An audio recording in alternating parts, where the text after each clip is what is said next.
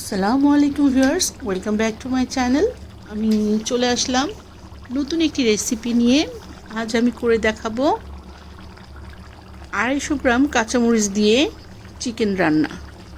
খুবই দারুণ একটি রান্না, আপনারা অবশ্যই বাসায় রান্না করবেন এবং ফ্যামিলি নিয়ে এনজয় করবেন। তো আমি এখন মূল রেসিপিতে চলে যাচ্ছি। আমি চুলার মধ্যে বসিয়ে দিয়েছি হাঁড়িতে দিয়ে দিলাম পর্যাপ্ত পরিমাণ সরিষার তেল, তারপরে দিয়ে দিলাম তেজপাতা, লবঙ্গ, দারুচিনি, এলাচি এবং গোলমরিচ। এটাকে হালকা একটু ফ্রাই করে নিব। ফ্রাই করে আমি এখানে দিয়ে দিলাম পেঁয়াজের পেস্ট। আমি এখানে 1.5 কাপ পেঁয়াজ গ্রেডিং করে নিয়েছি, সেটা আমি ঢেলে দিয়েছি। ঢেলে দিয়ে এখন নেড়ে চেড়ে নিচ্ছি। আর এখন দিয়ে দিলাম রসুনের পেস্ট, এই তো আদার পেস্ট। আবারও আমি নেড়ে চেড়ে নিচ্ছি যতক্ষণ পর্যন্ত না কাঁচা ভাবটা চলে যায়। এখন দিচ্ছি ভিউয়ার্স আমি ধনিয়ার গুঁড়াটা দিয়ে আমি আবার নেড়ে নিচ্ছি।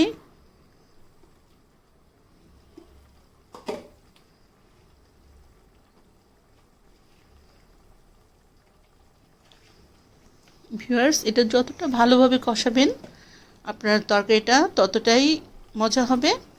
আমি এই তো এখন দিয়ে দিচ্ছি লবণ। আমার পর্যাপ্ত পরিমাণ লবণ দিয়ে দিলাম। আমি প্রায় 1.5 কেজি মুরগি রান্না করব। লবণটা দিয়ে আমি নেড়ে চেড়ে নিচ্ছি।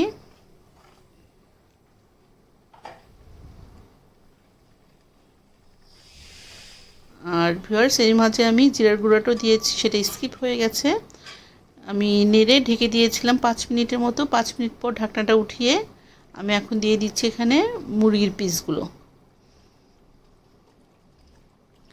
এক এক করে মুরগির পিসগুলো আমি সব দিয়ে দিচ্ছি। মুরগিটা আমি খুব ভালোভাবে ধুয়ে পরিষ্কার করে নিয়েছি।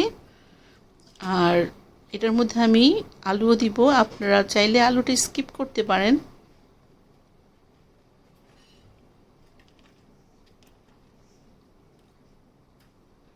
আমি এই তো 2টা আলু কিউব করে দিয়েছি। আর মুরগির স্লাইসগুলো আমি মিডিয়াম করেছি, একেবারে ছোট করে নিই আবার একদম বড় করে নিই। আর এই তরকারিটা অসাধারণ মজা। আসলে রান্না যতটা সুন্দরভাবে মন দিয়ে রান্না করবেন, রান্নাটা ততটাই বেশি মজা হবে।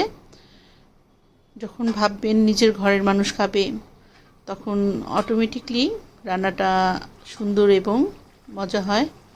যাই হোক ভিউয়ার্স, আমি আরও 5 মিনিটের মতো ঢেকে দিয়েছিলাম। 5 মিনিট পর ঢাকনাটা উঠালাম।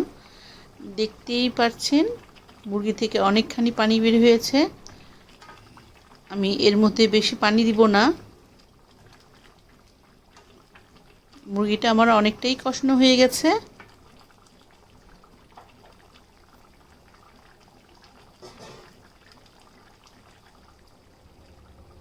ভিউয়ার্স, এই তো আমি গ্রাইন্ডিং জগের মধ্যে 250 গ্রামের মতো এখানে কাঁচামরিচ নিয়েছি। কাঁচামরিচটা আমি গ্রেডিং করে নিয়েছি। এখন আমি ঢাকনাটা উঠিয়ে এর মধ্যে কাঁচামরিচটা পুরোটাই দিয়ে দিব। আর আপনার কাঁচামরিচের মধ্যে আমি 1 কাপের মতো পানি দিয়েছিলাম, সেই পানিটা দিয়েই এই রান্নাটা কমপ্লিট হয়ে যাবে। আমি আর এর মধ্যে কিছুই দিব না। এই তো দেখতে পাচ্ছেন রান্নাটা যদি আপনারা এইভাবে করে খান, আসলেই অনেক বেশি মজা হবে। আপনার ফ্যামিলি নিয়ে খুব এনজয় করে খেতে পারবেন।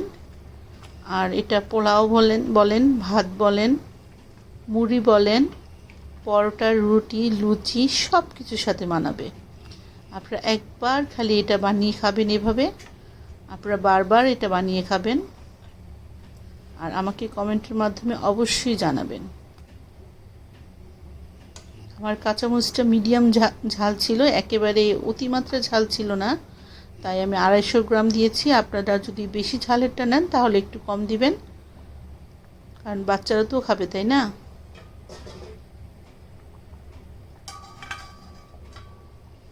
আমি ঢেকে দিয়েছি 5 থেকে 7 মিনিটের জন্য। আর 7 মিনিট পর ঢাকনাটা আমি উঠালাম। এখন দিয়ে দিচ্ছি 4-5টার মতো কাঁচামরিচ, আনাম দেখার সৌন্দর্যের জন্য।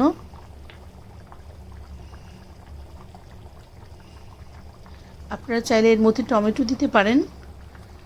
আমার ঘরে টমেটো ছিল না, তাই আমি টমেটো দিচ্ছি না। আর দিয়ে দিলাম রসুন কুচি। এটা জাস্ট আমার ভালো লাগার জন্য দিলাম, আপনারা চাইলে এটা স্কিপ করতে পারেন।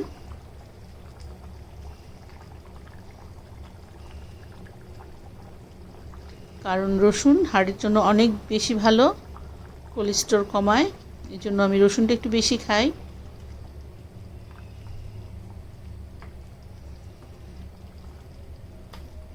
আমি এইটা আর 10 থেকে 12 মিনিটের মতো রেখে চুলাটা আমি অফ করে দিব।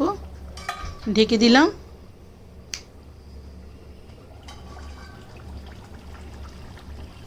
দশ মিনিট পর ঢাকনাটা উঠালাম। আমার রান্নাটা অলমোস্ট কমপ্লিট হয়ে গেছে। কিছুক্ষণের মধ্যেই আমি চুলাটা অফ করে দিব। ভিউয়ার্স, একবার হলো বাসায় এটা রান্না করে খাবেন, আমাকে কমেন্টের মাধ্যমে জানাবেন রান্নাটা কেমন হয়েছে। অসাধারণ হয়েছে, এটা অনেক মজা। অবশ্যই আপনারা রান্না করবেন। আর ভিউয়ার্স, নতুন কোনো ভিউজ হলে অবশ্যই আমার চ্যানেলটা সাবস্ক্রাইব করবেন, লাইক দিবেন, কমেন্ট দিবেন। এবার আমি চলে যাচ্ছি ভিউয়ার্স, আল্লাহ হাফিজ।